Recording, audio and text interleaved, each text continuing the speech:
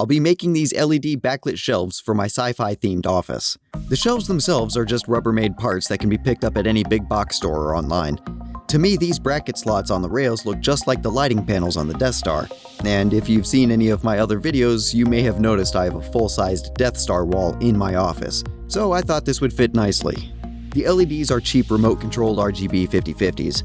For diffusion, I used this spare piece of thin optics acrylic I had from a previous project. I also knew of a common kitchen item anyone interested in lighting tends to use: parchment paper. Because I was hanging my 3 shelves on the very top, center, and bottom of my rails, that would give me 2 full spaces to place my LEDs behind each rail.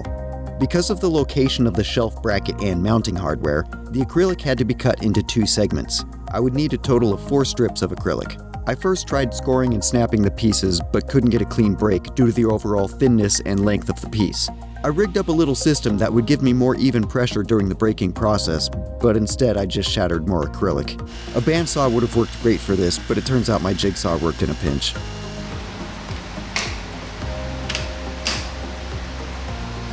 The edges were still rough, so I rigged up my Dremel at a specific height and ran the strips underneath to clean them up. I evened them a little further with some more sandpaper. My pieces were clear, so I made them opaque by roughing them up with some sandpaper. I cut my parchment paper strips to match my acrylic strips exactly. If you buy the acrylic in a proper opaque sheet, you don't need the parchment paper. Otherwise, it provides a nice extra layer of diffusion so you don't see any hot spots in the end. First, I placed the strips of parchment paper, then my strips of acrylic. I roughed up the inside of the rail a little with a wire bit so I could secure my strips with a spot of hot glue. Again, because of the shelf bracket and hardware in the middle, the LED strip being placed behind all this would also have to be separated into 2 pieces. I'm not great at soldering, so I just used these clips and separated my 2 LED strips with a bit of wire that I could shift around a little easier during installation.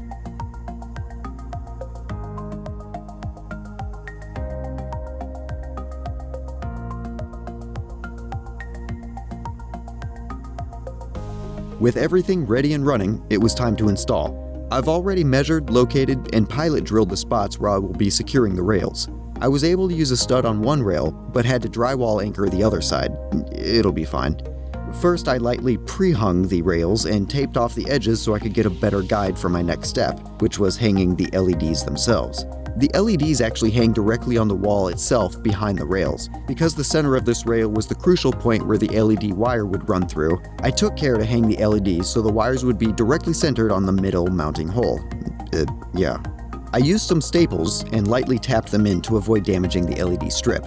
After hanging the LED strips, I attached the rails from the center mounting screw first, so I could make sure to get in between the wires where I wanted. Then I secured the top and bottom. The LED wires just hang out the bottom of the rails. I attached the power supply and remote receiver to the underside of the bottom shelf with some screws and hot glue, but I should have used more screws.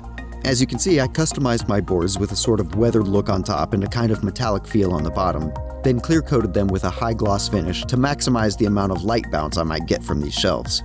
And there you have it. Anyway, I think it's a nice addition to the office, for now. Well, that's it, galactic citizens. Until next time.